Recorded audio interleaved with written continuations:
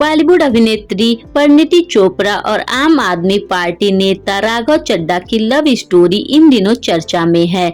Couple को आए दिन एक साथ स्पॉट किया जाता है।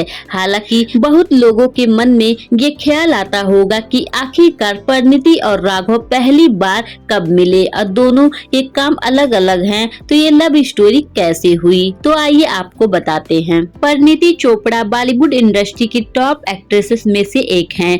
उन्होंने यशराज फिल्म के लेडीज वर्सेस रिकी बहल के जरिए बॉलीवुड में डेब्यू किया। हालांकि इससे पहले वो यशराज के लिए बतौर पीआर काम करती थी। अभिनेत्री बनने से पहले एक्ट्रेस यूके में यूनिवर्सिटी ऑफ मैनचेस्टर में बिजनेस इकोनॉमिक्स और फाइनेंस की डिग्री कोर्स कर रही थी। इसी यूनिवर्सिटी में राघव चड्ढा भी पढ़ाई कर रहे थे। दोनों शुरुआत में एक दूसरे से मिले, फिर बात होते होते दोनों की दोस्ती हो गई।